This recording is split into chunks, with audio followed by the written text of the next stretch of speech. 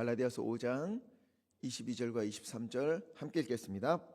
오직 성령의 열매는 사랑과 희락과 화평과 오래 참음과 자비와 양선과 충성과 온유와 절제니 이 같은 것을 금지할 법이 없느니라. 아멘.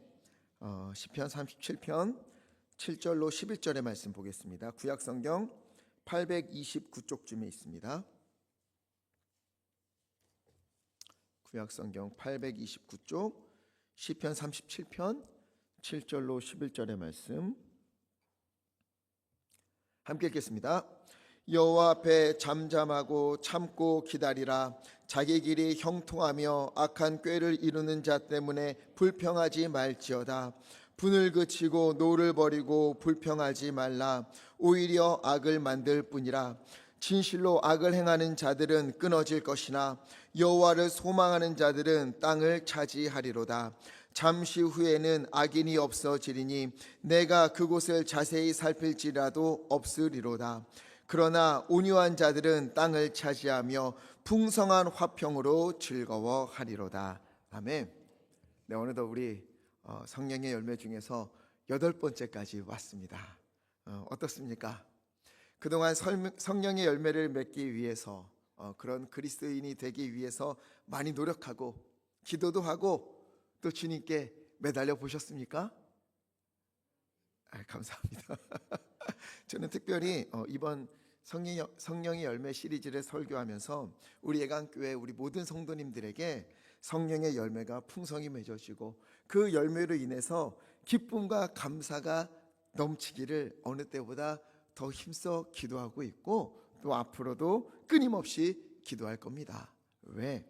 그것이 우리가 사는 길이니까요. 우리가 하도 많이 봐서 이제는 외울 법도 한 말씀이 있지요. 마태복음 7장 20절 말씀, 그들의 열매로 그들을 알리라. 그러면서 두려운 말씀도 주셨어요. 19절 말씀 우리 함께 읽겠습니다. 시작. 아름다운 열매를 맺지 아니하는 나무마다 찍혀 불에 던져지느니라. 아멘. 만약 열매를 맺지 아니하면, 열매가 없으면 도끼로 찍어서 불에 던져버리겠다 말씀하시는 거예요. 한번 돌아보십시오. 사랑과 희락과 화평과 오래 참음과 자비와 양선과 충성, 우리에게 지금 이런 열매들이 맺어지고 있는가? 여러분, 이건요 보통 일이 아닙니다. 열매를 맺으면 감사한 일이고 없으면 뭐 그러려나 보지, 뭐 어쩔 수 없나 보지, 이런 게 아니라는 거예요. 생명이 걸린 일입니다. 만약 열매가 맺어지고 있지 않다면 그럼 우리는요 두려운 마음으로, 애통하는 마음으로 주님 앞에 엎드려야만 하는 거예요. 예수님이 말씀하셨잖아요. 요한복음 15장 5절 말씀, 나는 포도나무요 너희는 뭐다? 가지다. 그가 내 안에, 내가 그 안에 거하면, 붙어 있으면 열매를 많이 맺게 된다. 그러니 열매가 없다면 어떻다라는 거예요? 예수님이 내 안에, 내가 예수님 안에 거하는 것이 아니라는 거예요. 우리는요 교회에 모여서 함께 예배하고 함께 기도하고 찬양하고 또 헌신하고 봉사하기도 하고 그리고 또다시 삶의 자리로 가는 그러한 삶의 현장에서 반드시 우리에게는요 열매가 맺어져야만 하는 거예요. 그러면 이런 생각이 들지요. 예수님께 붙어 있으면 성령의 열매가 주렁주렁 맺어진다고 했는데, 그럼 예수님께 붙어 있는 방법은 뭔가? 예수님, 나 주님께 붙어 있기 원합니다. 기도하면 되나? 나 예수님께 붙어 있어서, 성령님께 붙어 있어서 열매 맺기 원합니다. 이렇게 기도하면, 이렇게 말하면 나는 예수님께 붙어 있는 건가? 어떻게 해야 되는 건가? 마태복음 7장 21절 말씀 함께 읽겠습니다. 시작. 나더러 주여 주여 하는 자마다 다 천국에 들어갈 것이 아니요 다만 하늘에 계신 내 아버지의 뜻대로 행하는 자라야 들어가리라. 아멘. 말씀하시는 거예요. 아버지의 뜻대로 행하여야만 한다. 요한복음 15장 10절, 내 계명을 지키면 내 사랑 안에 너희가 거하리라. 언제? 내 계명을 지키면, 아버지의 뜻대로 주님의 말씀을 따라서 순종하라는 거예요.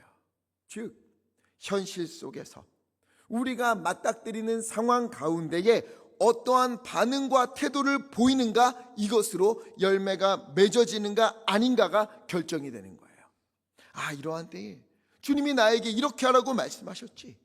그렇게 말씀을 기억하면서 그 말씀에 나를 복종시키면서 내 감정을 넘어서고 내 환경을 뛰어넘는 성령의 열매를 맺으라고 하셨지. 라는 그 말씀을 기억하며 주님의 말씀에 순종하는 거예요. 도저히 사랑할 수 없는 사람이 눈앞에 있을 때에 사랑할 수 없는 이유를 수십 가지 대면서 나를 정당화하고 그렇게 하는 것이 아니라 원수까지 사랑하라고 하신 그 말씀에 나를 복종시키며 사랑하는 거예요. 안 되면, 사랑이 안 되면 그거 붙들고 그 사람 사랑해야 된다고, 하나님 나 이대로 있으면 안 된다고 주님 앞에 애통하며 기도하는 겁니다. 도저히 기뻐할 수 없을 때에, 환난이 또 고난이 있을 때에, 그때에 기락과 기쁨의 열매를 맺으라고 하셨지. 그 주님의 말씀 붙들고 아파도 눈물이 나도 주님께 소망을 두며 오늘 다시 나를 살게 하시는 주님, 하나님의 때에 그 카이로스에 하나님께서 이루실 것을 나는 믿습니다. 이 모든 것이 합력하여 선을 이루게 하실 줄 나는 믿습니다. 믿음의 눈으로 바라봅니다. 그렇기에 오늘 내가 기쁨으로 주님 앞에 찬송합니다. 이런 인생길을 걸어가는 거예요. 안 되면 또 주님 앞에 엎드리는 거지요. 이처럼 주어진 상황에서 말씀을 붙들고 순종하며 사는 것이 내가 주님께 붙어 있다라는 증거이고, 그럴 때 그러한 상황마다 성령의 열매들이 하나씩 둘씩 맺어지는 거예요. 우리의 모든 시간, 맞닥뜨린 모든 상황은요, 우리가 성령의 열매를 맺느냐 맺지 못하느냐 하는 중차대한 갈림길인 거예요. 이 세상에는 크게 두 종류의 사람들이 있어요. 그리스도인과 불신자. 그리스도인 중에서도 두 종류로 나뉘어지게 됩니다. 성령의 열매를 맺는 그리스도인과 맺지 못하는 사람. 이 둘밖에 없는 거예요. 그 외에는 없습니다. 그렇게 우리 예감교회 성도님들은 매일 매 순간 이 성령의 열매들을 기억하면서 말씀 앞에 나를 복종시키고 순종함으로 주님이 원하시는 그 열매들을 가득 맺기를 간절히 축원합니다. 오늘은 8번째 열매인 온유예요. 따뜻하고 부드러운 사람, 온화하고 따뜻한 성품을 온유라고 하지요. 우리가 교회에서 또 직장이나 여러 모임에 가서 보면은요, 얼굴만 봐도 온화하다 하는 분들이 있지요. 웃음도 따뜻하고 음성도 부드러워요. 저 사람 참 온화한 사람이구나, 온유한 사람이구나, 그런 사람이 있어요. 그런데 이 성품이라는 것은 환경의 영향을 많이 받습니다. 성품 교육의 대가라고 알려진 이영숙 박사님도요, 성품은 환경적 영향에 의해서 형성되기 때문에 좋은 환경을 만드는 것이 너무도 중요하다, 이렇게 주장을 해요. 물론 다 그런 것은 아니지만 우리가 이렇게 보고 있으면요, 풍족하고 큰 어려움 없이 자라온 사람들은요, 마음의 여유도 있고 또 말과 행실에 부드러움이 좀 많기도 하지요. 반면에 어려운 일이 많고 고난을 이겨내고 어떻게 해서든 살아내려고 버텨보려고, 버텨내야만 내가 살아갈 수 있다, 이렇게 애쓰며 살아온 사람들은요, 부드러움보다는 강직한 성격을 가진 분들이 많아요. 칭찬을 많이 받은 사람은 자존감이 높고 누군가를 칭찬하는 사람이 되지만, 작은 일에도 구박을 받으며 자란 사람은 자존감이 떨어지고 눈치를 살피고 작은 것에도 상처받기도 하는 것이죠. 그러니 하나님, 내가 태어나길 이렇게 태어났는데, 내가 자라온 환경이 이런데 온유한 사람이 된다는 것은 참으로 어려운 일입니다, 이런 생각이 들지도 모르겠어요. 그러나 성경이 말하는 온유는 이와 다릅니다. 자라온 환경에 따라서 인상이 온유하고 말이 부드럽고 성격이 따뜻한 그런 게 아니에요.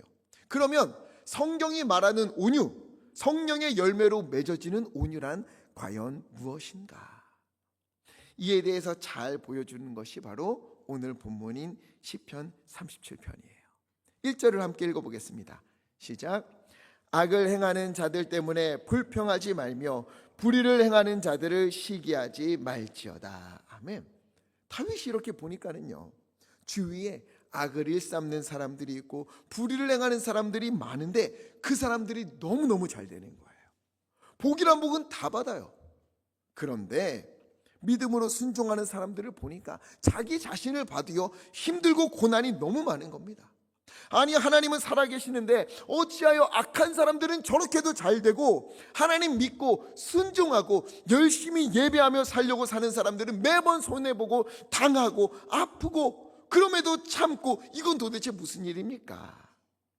이런 고민으로 괴로워하는 이들에게 주님이 말씀하시는 거예요. 그러한 일들이 있을 때에 흔들리지 마라.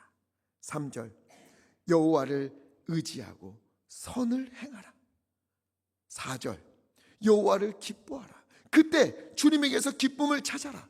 5절, 너의 길을 여호와께만 맡겨라. 7절, 여호와 앞에 잠잠히 참고 기다려라. 8절, 그렇다고 불평하지 마. 환경을 보며 불평하지 마. 9절, 오직 여호와를 소망하라. 하나님께만 소망을 두어라. 그리고 11절에 결론처럼 이렇게 말씀합니다. 어떤 자들이, 온유한 자들이 결국 어떻게 됩니까? 땅을 차지하고 풍성한 화평으로 즐거워하리로다. 자, 온유한 자들이라고 여기 나와요. 그렇다면 온유한 자들은 어떤 사람이지요? 따뜻하고 온화한 성품을 가진 사람입니까? 내 주장을 내세우지 않고 다른 사람들이 말하는 거 잘 들어주는 사람, 그런 사람이 온유한 사람인가요? 아니요. 이 위에 나온 사람들, 온유한 사람은 오히려 누구보다 강한 사람, 누구보다 심지가 굳은 사람이에요.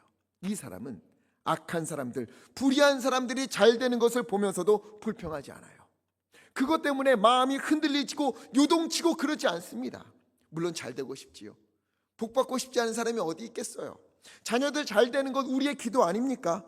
그러나 혹시나 나의 맞닥뜨린 현실이 그렇지 못할지라도 불평하지 않아요. 때로는 억울한 일을 당할 때도 있습니다. 막막하고 답답한 일이 있을 때도 있지요. 그래도 불평하거나 원망하거나 낙심하지 않아요. 오히려 그때 누구를 바라봅니까? 하나님을 바라보는 거예요. 왜? 하나님은 다 아시니까. 하나님은 다 보고 계시니까. 그래서 하나님께 맡기는 거예요. 여호와 앞에 참으며 잠잠히 주님의 때를 기다리는 겁니다. 왜? 하나님이 때에 하나님이 반드시 주님의 선으로 이루실 것을 알기 때문에. 악한 사람들은 지금 잘 되는 것처럼 보이지만 카이로스, 주님의 때에 어떻게 됩니까? 9절, 악을 행하는 자들은 끊어질 것이고, 시편 1편 6절 말씀, 무릇 의인들의 길은 여호와께서 인정하시나 악인들의 길은 어떻게 됩니까? 망하리로다. 그 끝을 알기에 그렇게 흔들리지 않고 오히려 더 힘을 내어 하나님께 맡기는 거예요. 하나님은 반드시 가장 적당한 날에 가장 좋은 것으로 응답하실 것이다. 이루실 것이다. 역전시키실 것이다. 이렇듯 오직 하나님께만 소망을 두는 사람, 하나님의 때를 참아 기다리며 주께 맡기고 소망으로 기다리는 사람, 이런 사람을 가리켜 온유한 사람이다, 이렇게 말씀하고 있습니다. 성경에 보면 부러운 사람이 참 많은데 그 중에서도 모세가 특히 그러합니다. 모세는 어떤 사람인가? 민수기 12장 3절 말씀, 이 사람 모세는 온유함이 지면의 모든 사람보다 더하더라. 이 땅에 있는 모든 사람보다 훨씬 더 월등히 온유한 사람이라는 거예요. 모세를 이렇게 말하는 이유가 있겠지요. 이스라엘 백성들을 이끌고 광야를 지날 때였어요. 그때 모세의 형인 아론과 누나인 미리암이 함께 있었는데, 어느 날 이 형 아론과 누나 미리암이 모세를 비방을 합니다. 뭘로 비방하는가?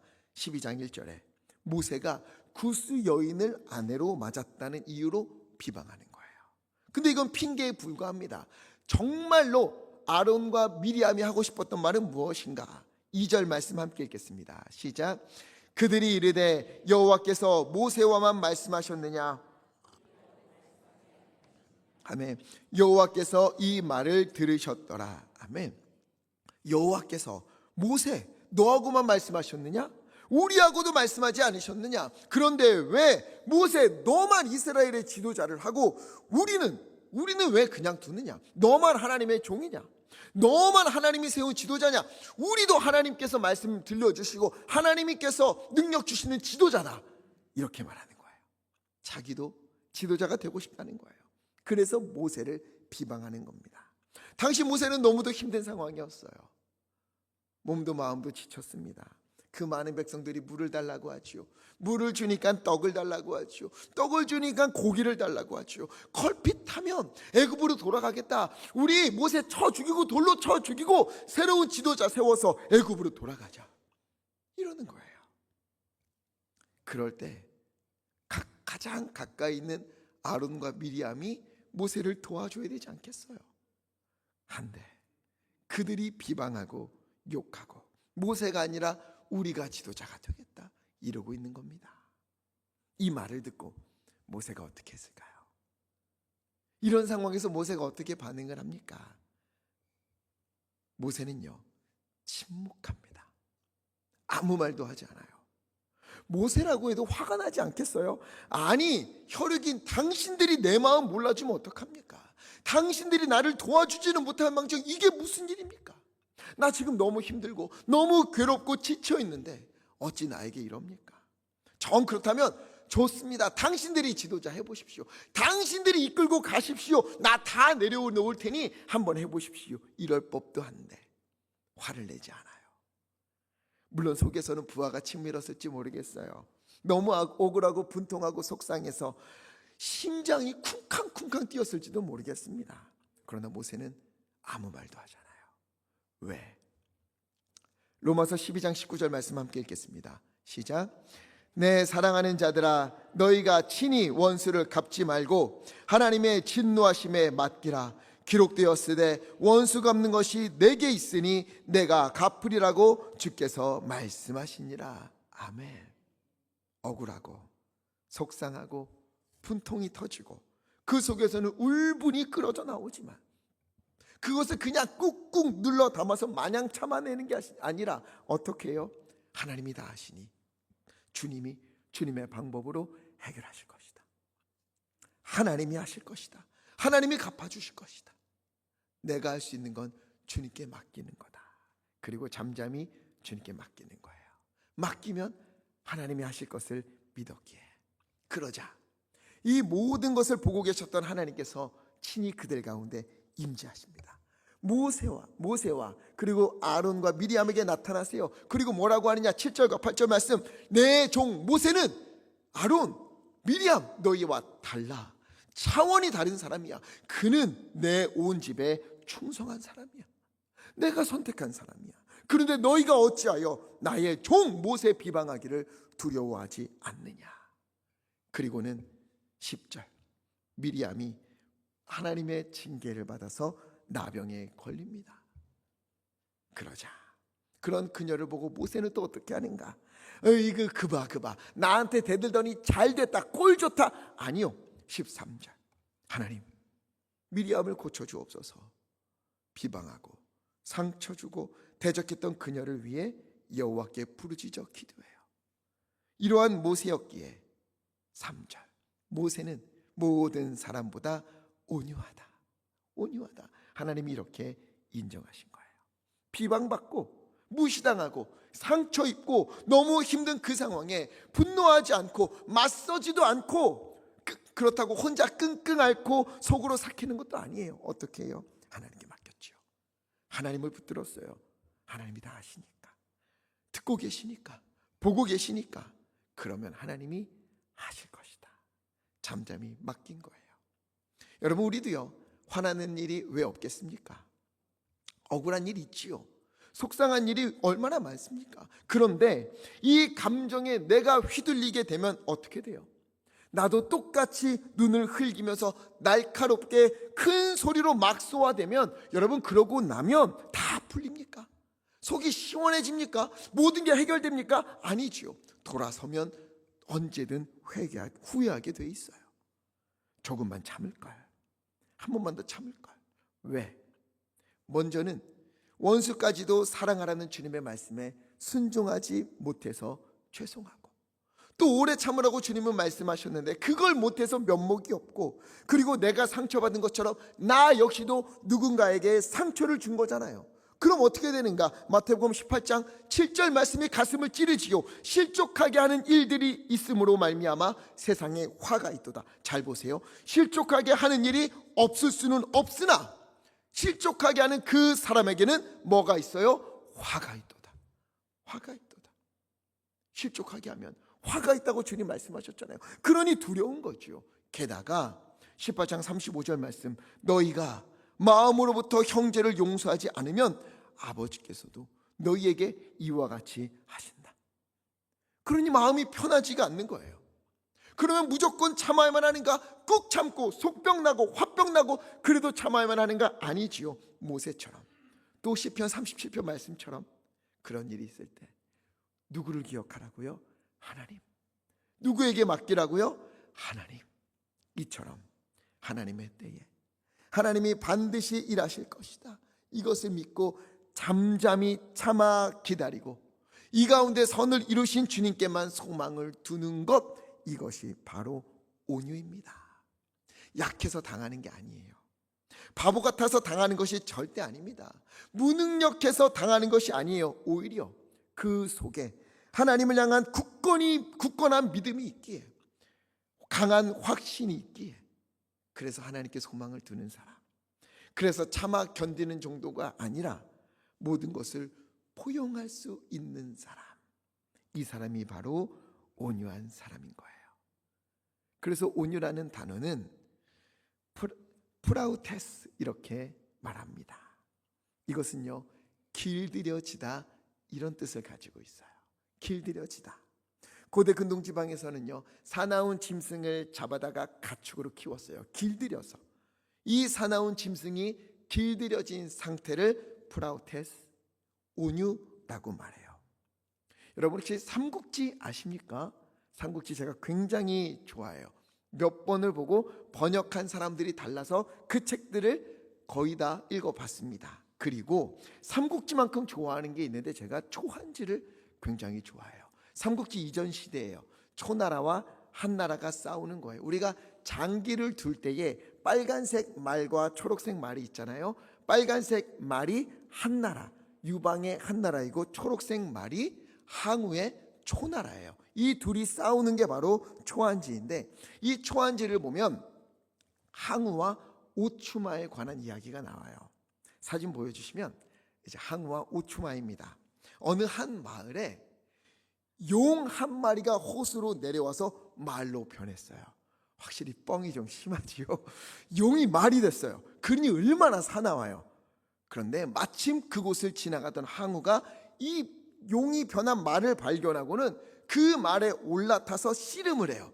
반나절을 씨름합니다. 한 50바퀴를 돌았대요. 그러자 이 말이 결국에는 이 사람을 내가 이길 수 없다, 내가 이 사람에게는 복종해야겠다, 순종해야겠다고 고분고분해졌대요. 항우에게 길들여진 이 오추마는요, 오직 항우에게 충성하며 전장을 누볐어요. 가라 하면 가고 달리라 하면 달리고 화살이 쏟아지는데도 가라 하면 가는 거예요. 그러다가 전장에서 패한 항우가 이제 죽음이 왔음을 직감하고는요, 오추마는 그래도 아까워서 너무 아끼는 말이어서 뗏목에 태워 이렇게 떠나보냈어요. 그리고 그는 그 자리에서 죽습니다. 그런데 이 오추마 역시 주인이 죽을 것이다 하는 것을 예감하고 구슬피 울다가 스스로 물에 뛰어들어 죽었다는 이야기가 있어요. 온유, 프라우테스, 길들여지다는 말은요, 바로 이런 거예요. 주인에게 길들여져서 자신의 모든 것을 바쳐 충성하는 거예요. 주인이 뛰라 하면 뛰고, 화살이 난무하는 전쟁에서도 달려라 하면 그것을 뚫고 달리는 거예요. 돌격하는 거예요. 내가 아니라 나를 길들인 주인에게 충성을 다하는 것, 이게 바로 온유입니다. 앞서 말씀드렸던 것처럼 악한 사람들이 잘 되고 기도하고 헌신하고 온 마음을 다 바친 나는 잘 되는 일이 없는 것처럼 보여도, 그럼에도 나의 재갈을 누가 쥐고 있다? 하나님이 쥐고 계시다. 내 마음대로 말하고 내키는 대로 행동하고 하는 것이 아니라 모든 일을 주님 손에 맡기는 거예요.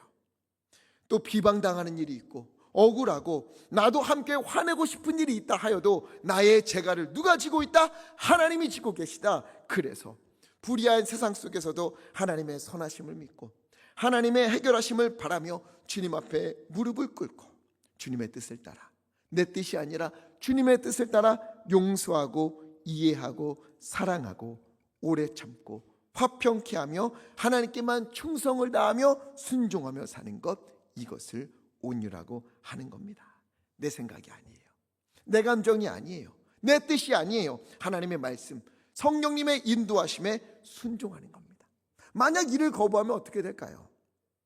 성경에 하나님의 길들이심, 이런 하나님의 길들이심을 거부한 이들이 많아요. 대표적으로 어디에 나오는가? 사사기 21장 25절 말씀. 그때에 이스라엘의 왕이 없으므로 사람이 각기 자기의 소견에 옳은 대로 행하였더라.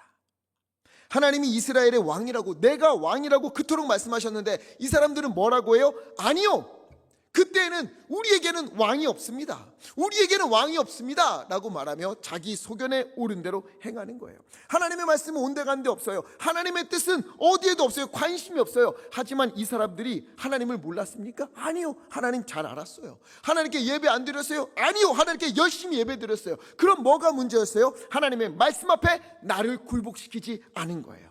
순종하지 않은 거예요. 하나님의 길들이심을 받아들이지 않았어요. 그래서 어떻게 해요? 하나님이 아니라 내가 여기에 신경을 쓰는 거죠. 성경에 이보다 더 두려운 단어가 어디 있겠습니까? 하나님이 아니라 내가. 여러분, 모든 사람보다 온유하다고 평가받았던 모세가 가나안 땅에 들어가지 못한 이유가 뭐예요? 광야를 지나는 중에 모세의 누이 미리암이 숨을 거두었어요. 그래서 미리암을 장사 지내줍니다. 심적으로 많이 힘들었겠죠. 가족이 죽었으니까. 그렇게 힘든데 그때 이스라엘 백성들이 또 몰려와요. 모세에게. 20장 3절. 목이 마르다. 갈증이 극심하다. 이렇게 고통스러울 바엔 차라리 우리 형제들이 죽을 때 나도 죽었으면 좋았을 걸. 당신 누나 미리암이 죽을 때 나도 그때 죽었으면 좋았을 걸. 너무 목이 마르다. 너무 힘들다. 왜 애굽에서 우리를 데려왔느냐? 왜 여기서 다 죽게 하느냐? 또 원망하는 거예요. 광야에서 하나님이 만나를 주시고 물을 내주셨는데 다 잊어버렸어요. 가뜩이나 가족을 장사 지내고 너무 힘든데 원망하고 불평을 하자 모세가 너무 힘이 들었던 거예요. 그때 하나님이 8절에 지팡이를 가지고 가서 사람들을 모으고 반석에게 물을 내라 명령하면 여기서 물이 나올 것이다 말씀하셨어요. 근데 이때 모세가 어떻게 합니까? 10절 함께 읽겠습니다. 10절 시작. 모세와 아론이 회중을 그 반석 앞에 모으고 우리가 너희를 위하여 이 반석에서 물을 내랴 하고. 아멘. 여기 중반부에 무서운 단어가 나와요. 누가? 우리가. 나 모세와 나의 형 아론이 너희를 위하여 이 반석에서 물을 내랴. 11절. 그리고는 지팡이로 반석을 내리칩니다. 그것도 2번이나. 하나님은 명령하라고 하셨는데 모세는 지팡이로 내리쳤어요. 그리고 반석에서 물을 내시는 분은 하나님이신데 모세는 우리가 이렇게 소리를 치는 거예요. 이것을 하나님이 다 보셨지요. 결국 모세 이렇게 말씀하십니다. 12절. 여호와께서 모세와 아론에게 이르시되 너희가 나를 믿지 아니하고 이스라엘 자손의 목전에서 내 거룩함을 나타내지 아니한 고로 너희는 이 회중을 내가 그들에게 준 땅으로 인도하여 드리지 못하리라. 그동안 온유함으로 하나님께 맡겼던 모세가 물론 지쳤지요. 힘들지요. 너무 아팠어요. 하지만 그때 뭘 잃었어요? 온유함을 잃어버린 거예요. 그래서 하나님이 아니라 내가 이렇게 말하게 되고 하나님은 명령하고 가셨는데 손에 든 지팡이로 내리쳤어요. 분노하면서 일순간 하나님의 말씀이 아니라 내 소견에 오른 대로 내 감정에 오른 대로 분노하며 행동한 겁니다. 그때 뭐가 가려졌다고요? 하나님의 거룩함이 가려졌어요. 모세의 우리가 라는 말과 지팡이를 내리친 행동이 하나님의 거룩함을 가려버리고 모세가 사람들에게 부각되어 버리고 마는 일이 되어버린 겁니다. 이걸 보시고 하나님은 모세를 가나안 땅에 들어가지 못하게 하신 거예요. 저는 이 말씀이 두렵습니다. 저도요, 온유한 사람인가? 그렇지 않거든요. 하나님께 다 맡기자고 설교하지만, 또 그렇게 살려고 하지만 그렇지 못할 때가 있는 거예요. 하나님은 용서하라고 하셨지만 용서하기보다 쏘아 붙일 때가 있습니다. 화낼 때가 있고 분노할 때가 있어요. 우리 다 그렇지 않습니까? 예배 드릴 때 기도할 때는 우리가 사랑하고 이해하고 순종해야 된다, 이걸 다 알고 또 그렇게 기도하지만 하루가 지나기가 무섭게, 아니 교회 문을 열고 나가기가 무섭게 인상 쓰고 손가락질하고 상처 주고 뒷말하고 불평하고 원망하는 말을 하고, 우리가 왜 그런 거예요? 온유함을 잃어버려서 그렇다라는 거예요. 모세처럼 된 겁니다. 하나님은 무엇을 원하시는가? 이것보다는 나는 그렇게 생각하지 않아, 나는 받아들일 수 없어, 이해할 수 없어, 우리는 이렇게 되어버리고 있는 거지요. 그리고 어쩔 수 없어 이렇게 생각하곤 합니다. 그러나 모세는 그 일 때문에 가나안에 들어가지 못했어요. 너무너무 들어가고 싶어서 하나님께 간구했지만 허락지 않으십니다. 우리가 어쩔 수 없었다, 나도 사람이다 이렇게 말하는 그 일 때문에 모세는 가나안에 들어가지 못했다는 것을 우리는 반드시 기억해야만 하는 거예요. 하나님 우리에게 말씀하십니다. 그리고 우리에게 강력하게 말씀하시는 거예요. 성경의 8번째 열매, 온유의 열매를 너희는 반드시 맺어야 한다.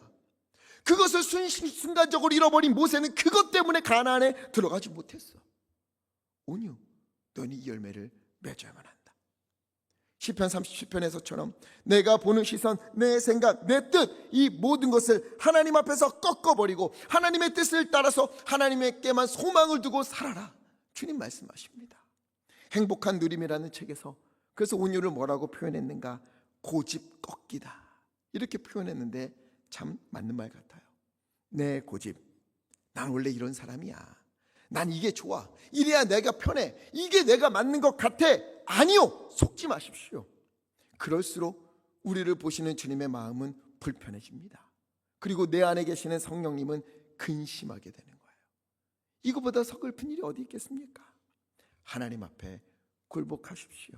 주님의 뜻에 나의 모든 것을 맡기십시오. 불합리한 것들도 주님께 맡기십시오. 원수 갚는 것도 하나님께 있다는 말씀을 믿고 주님께 맡기십시오. 그리고 성령님의 인도하심에 따라서 모든 순간순간에 내가 아니라 내 마음, 내 감정, 내 생각이 아니라 하나님의 뜻, 성령의 열매들을 기억하면서 그때마다 순종하며 사시기를 간절히 부탁을 드립니다. 때로는 우리에게 참 말로 다 할 수 없는 어려운 일들이 있지 않습니까? 다윗이 광야를 쫓겨다니는 것처럼 마음이 무너질 때도 있고, 모세가 형제들에게 비방을 받는 것 같은 억울한 일들도 있을 것이고, 욥처럼 이유도 알 수 없는 고통이 우리를 휘몰아칠 때가 있을 거예요. 예레미야처럼 주님의 말씀을 대언했음에도 죽을 뻔한 일들이 있고, 예수님처럼 사랑을 베푸셨음에도 십자가에 달려야만 하는 일들이 우리 가운데 있을지 모르겠어요. 그 일들을 지나오셨거나 혹은 지금이 그런 한가운데 있는지도 모르겠습니다. 이 일들은 다 뭔가, 하나님은 나에게 왜 이렇게 하시는가? 기도를 해도 마음이 무겁고, 아니 기도조차 나오지 않고, 아니 여러분, 바로 그때가 하나님을 더욱 신뢰할 때입니다.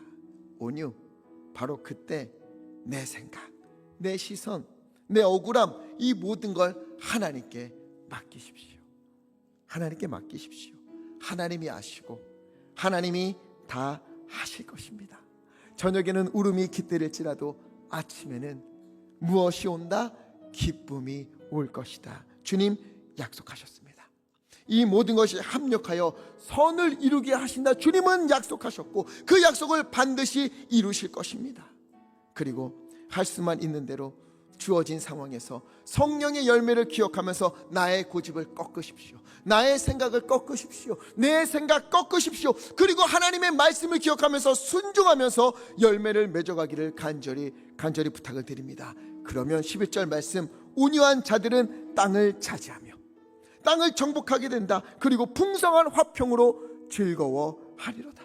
하나님의 나라를 누리게 된다는 거예요. 바로 그곳에 내 고집을 꺾고 내 생각을 꺾고 하나님의 말씀에 순종하며 그때 성령의 열매를 맺을 때에 그곳에 하나님의 나라가 이루어진다. 하나님의 화평으로 말미암아 그곳에 놀라운 은혜와 즐거움이 넘치게 된다. 주님께서 약속하신 것입니다. 이처럼 온유한 사람은 환경의 영향을 받지 않고 주님께 영향을 받고 주님께 순종하는 사람들인 것입니다.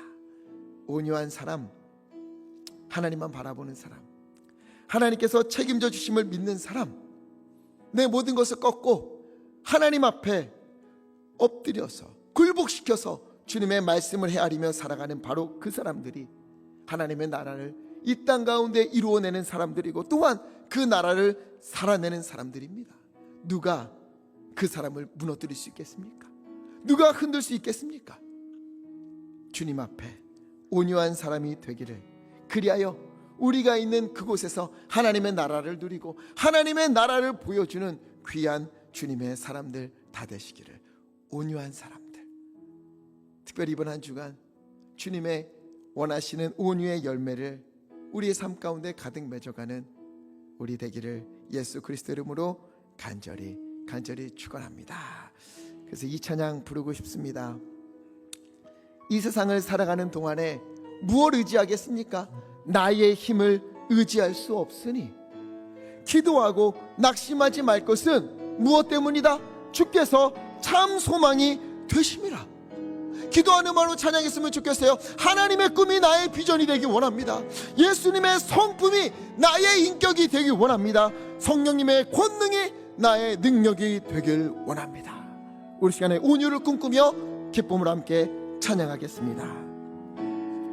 이 세상을 살아가는 동안에 나의 힘을 의지할 수 없으니 기도하고 낙심하지 말 것을 주께서 참 소망이 되심이. 이 세상을 살아가는 동안에 이 세상을 살아가는 동안에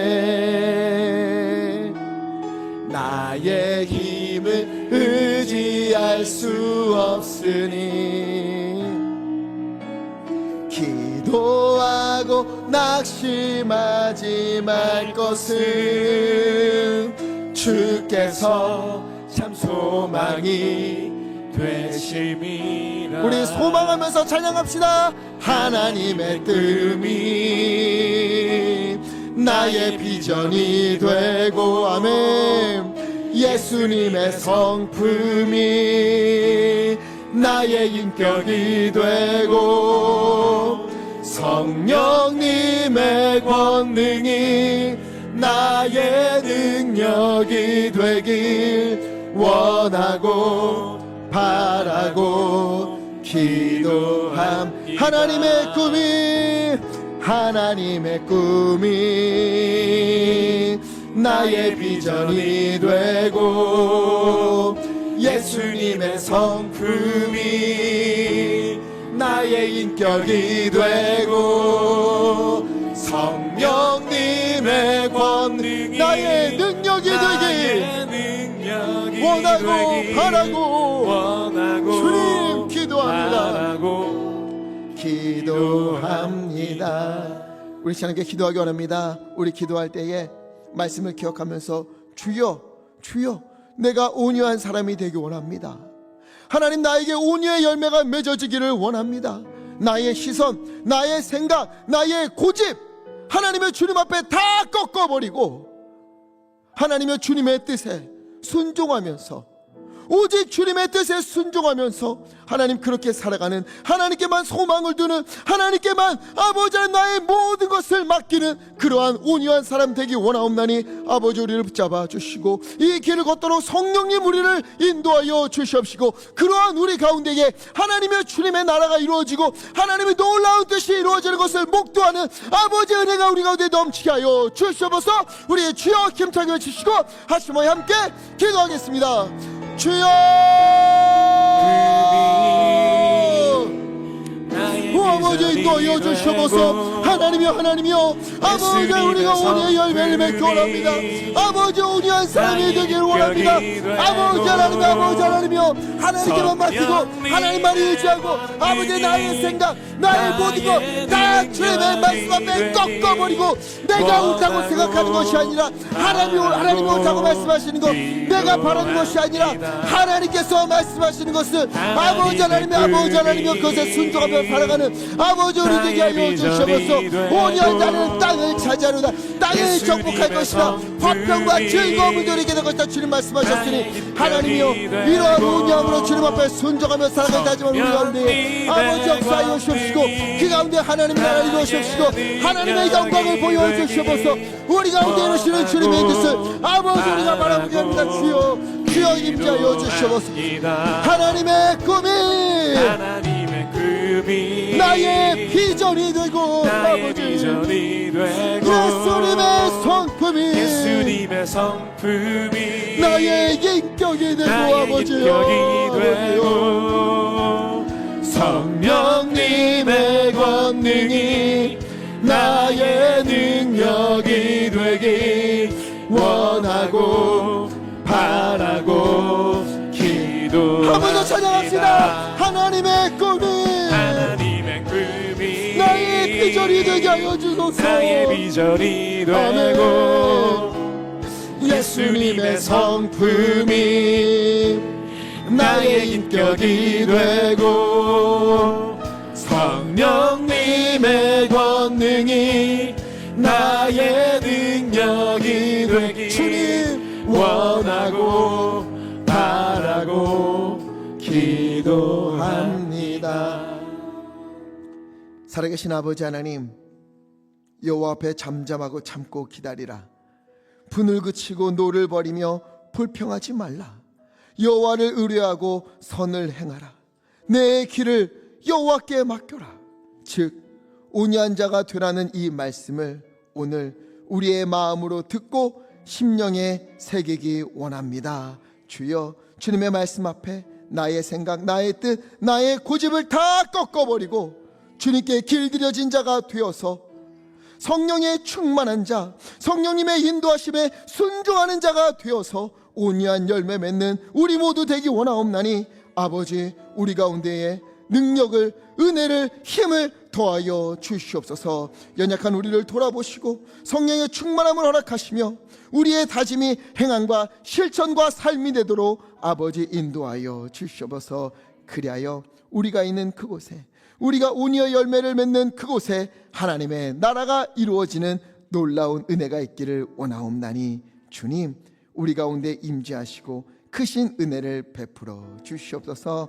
하나님 이 시간 주님의 은혜에 감사하여 마음을 모아 예물을 올려드립니다. 11조와 감사헌금 또 여러 제목으로 주님 앞에 소원을 담아 올려드리오니 기뻐 받아 주시옵소서. 이 예물이 쓰여지는 곳에 하나님의 은혜가 넘쳐나게 하여 주시옵시고 하늘문을 활짝 여시사 드린 손길 기억하시고 넘치는 은혜와 복으로 덧입혀 주시옵소서. 또한 강단의 꽃과 주님의 뜻을 따라 성미를 드리옵나니 주님 주께서 원하시는 곳에 뜻하시는 곳에 사용하여 주시옵소서. 하나님 이 시간 우리 성도님들 위하여 기도합니다. 하나님이여 몸이 아파 주님의 치유하심을 간구하며 기도하는 우리 성도님들이 있사옵나니 하나님 주님께서 어루만져 주시옵시고 속히 회복되게 하여 주시옵소서.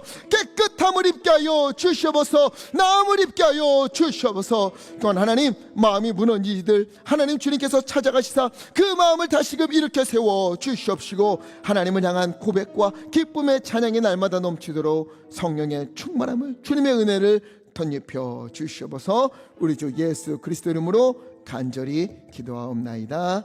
아멘.